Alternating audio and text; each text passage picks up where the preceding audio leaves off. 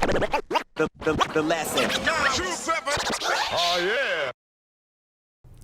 I think the song or two after that is Don't Cry. And I wasn't expecting, like, what I knew of Lil Sick is the, you know, funny entertainment, you know, getting silly, hot beats, Lil Sick. So when I came across Don't Cry, I was like, oh wow, you know, he's got this other side that he puts in his music. Now, I guess for the audience, you know, what was the song about and what motivated you to do that song? Once again, counseling. So, but also I wanted to, like, show people another side. So I'd already just released heaps of not dumb shit, but popcorn music, as I call it, because it's like, tastes nice, but it's not very fulfilling. And I just wanted to, like, show people, oh, I can do this as well. And I kind of waited till I'd released a few dumb songs, and then slapped them with that. And that's when everyone was like, oh, okay, this cunt can do this as well. And it's a true story. It's just about, like, she was my next door neighbour, well, not next door neighbour, but up the street.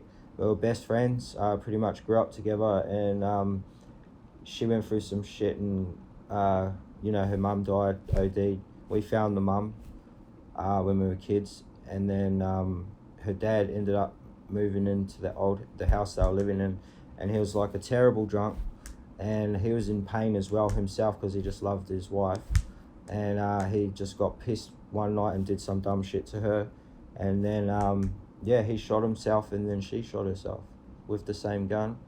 And that was Don't Cry 1 was just the story, and then Don't Cry 2 was from my perspective. So how I met her, how we grew up, and then how we finally get to that last scene where the sirens are coming and shit. So that's the end of the first one. So, like, you know, when she goes bang, takes the gun. So that's all that story till the end on the second one as well. So it all comes together if you listen to it. They both coincide with each other. The songs fit in together. And then I've got a third one coming out, and it's going to be written from the dad's perspective. Wow, now it's very powerful, two songs, man. And, like, just going back to what you said before, so when the mum passed away from a drug overdose, you said that you actually found... Yeah, so in Don't Cry Part 2, verse 2, that's when I talk about that, how, you know, I picked her up for school on her birthday. I stole some money out of my mum's purse. We went to go to the movies, to take her to the movies. And then we had to stop in at her mum's house and walked in and found her like that. And so how did that affect you at the time? And, you know, obviously you've put it in your music now, so I imagine it still has some sort of effect on you till today. It was pretty numbing, and I don't think I really dealt with it till like a few years after. I kind of just pushed it away. I just know it affected her more. Her mum dying, obviously. So I was more just trying to be there for her, and I didn't really think about my own feelings. I just wanted her to be okay. So yeah, that's what I did.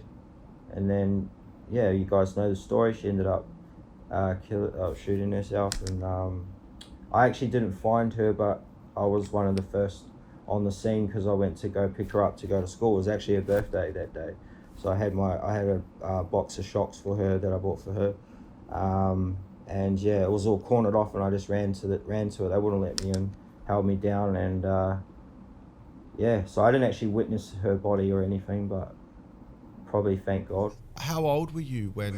13, 14. That's when she died. We were about 9 or 10 when we found her mum.